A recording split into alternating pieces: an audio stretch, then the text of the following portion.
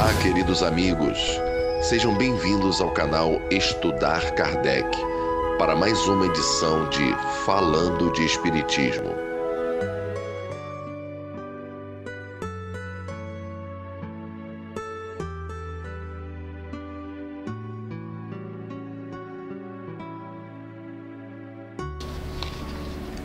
Olá, queridos irmãos, queridas irmãs, mais uma vez juntos aí no canal Estudar Kardec. E como combinado, estamos hoje aqui trazendo a segunda parte do estudo, que na primeira parte nós falamos sobre o tema Por que estudar o Espiritismo. E hoje, como prometido para todos, vamos falar de conselhos aos novatos, né? E isto foi extraído de Instruções Práticas sobre as Manifestações Espíritas, capítulo 10, Conselho aos Novatos. E vamos então dar início ao nosso trabalho, porque esse parece ser um pouquinho maior. Talvez não tanto extenso, mas um pouquinho maior do que o outro. E o nosso texto diz o seguinte: o conhecimento da ciência espírita repousa sobre uma convicção moral e uma convicção material. A primeira é adquirida pelo raciocínio, termo muito usado por Allan Kardec, né? A racionalidade, né? Usar o raciocínio para discernir, para discernir as coisas que são ditas hoje aí no meio espírita, né? Segunda, pela a observação dos fatos. Também vou fazer uma pausinha aqui e dizer: essa é a nossa parte. Essa é a parte que nós do canal Estudar Kardec fazemos, que é a observação dos fatos. Aquilo que nós colocamos em vídeo ou colocamos no podcast para vocês dentro do nosso canal, nós fomos lá ver se era verdade ou se não era verdade, se era feito daquela forma ou se não era feito daquela forma. E jamais citamos nome de local, como isso é um compromisso ético nosso. Mas não falamos nada aqui sem base. A gente fala aquilo que a gente vê acontecendo hoje aí no chamado ME, no movimento espírita. Coisas boas, coisas que não são boas, principalmente para os novatos. E com certeza não vamos deixar passar nada que não seja bom para eles. Vamos trazer sempre grandes trabalhos para vocês aqui, baseado em coisas sérias, racionais, coisas que foram pesquisadas. E vamos lá. Para o novato, seria lógico primeiro ver e depois raciocinar. Infelizmente, nem sempre pode ser assim. Seria impossível fazer um curso prático de espiritismo. E pior que a gente vê por aí, né? Curso de espiritismo. Eu nunca vi isso. Curso de espiritismo. Mas tem local aí que dá esse nome. Como se faz um curso de física ou de química? Como se curso de espiritismo fosse um curso como um curso de inglês. Vamos fazer inglês, vamos estudar francês, espanhol, alemão. Curso de espiritismo não se faz assim como esses outros cursos. Os fenômenos que pertencem ao âmbito destas duas ciências podem reproduzir-se à vontade. Pode-se, pois, fazê-las passar por graduações aos olhos do aluno, procedendo do simples para o complexo.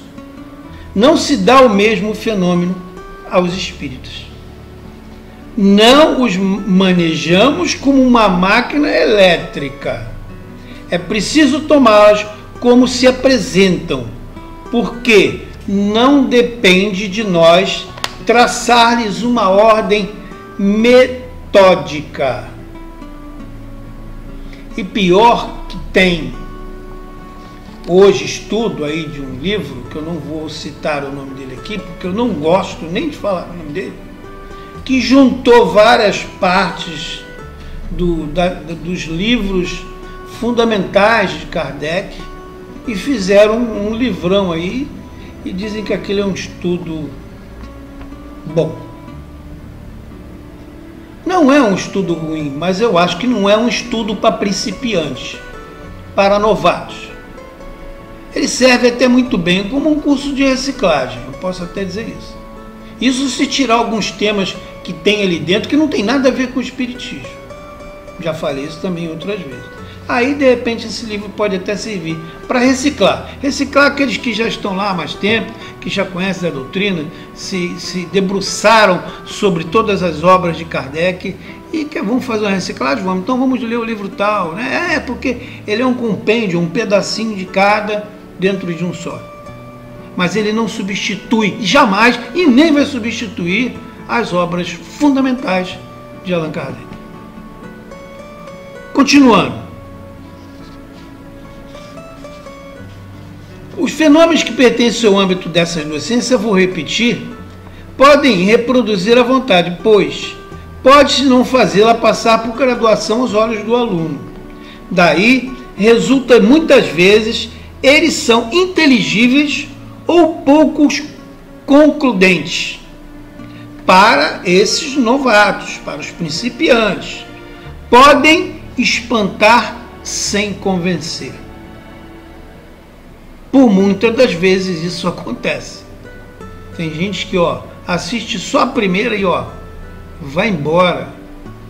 Sabe por causa de quê? Porque o que é dito para eles não convence. E eles raciocinam ali e veem, cara, isso é impossível. Isso não existe. E aí a grande perda. Vamos aqui abrir um parênteses e dizer... vamos abrir aspas e dizer: é possível contornar esses inconvenientes seguindo marcha contrária, isto é, começando pela teoria. Começando lá pela teoria. Tem gente que chega na casa espírita, você é médium, eu vi que você é médium, aí já bota lá o cara lá na sala mediúnica. O cara nunca leu Kardec, nunca leu nada sobre a codificação, e por ele ser médio já jogam ele lá e ponto, e está tudo bem. Lastimável, mas não é assim. É o que aconselhamos a todos quantos queiram seriamente esclarecer-se, pelo estudo dos princípios da ciência, perfeitamente compreensíveis sem experimentação prática, adquirimos uma primeira convicção moral, que necessita apenas de corroboração pelos fatos. Ora, como nesse estudo preliminar, todos os fatos foram passados em revistas e comentados, resulta que, quando os vemos, os compreendemos, seja qual for a ordem na qual as circunstâncias nos permitam observá-la. No momento em que se estuda de fato, que se debate, que se troca ideias, se troca informações, quando chegar lá na prática, eles vão, epa, isso mesmo, foi isso que eu aprendi lá. Não ficam muito dispersos e nem espantados com alguma coisa que acontecer de, vamos dizer, extraordinário naquele momento. Procuramos reunir nas nossas 3 publicações todos os elementos necessários a tal efeito, encarando a ciência sobre todos os aspectos e dando sobre os vários pontos as devidas explicações, que comporta o estado atual do conhecimento. Uma leitura atenta dessas obras seria, pois, uma primeira iniciação que permitiria esperar os fatos ou daria meios de os provocar com conhecimento de causa, desde que isso nada opusesse, sem que nos perdêssemos em ensaios que poderiam ser infrutíferos, pois não teriam sido conduzidos dentro dos limites possíveis. Nesta instrução prática, encontram-se os princípios fundamentais necessários a todo principiante.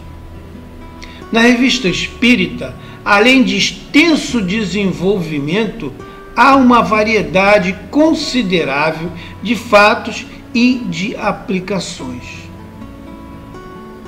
Eu já falei em algumas vezes, vou tornar a falar hoje e vou falar ainda por muitas vezes, se assim me for permitido. A importância de fazer estudo e a leitura na obra chamada Revista Espírita.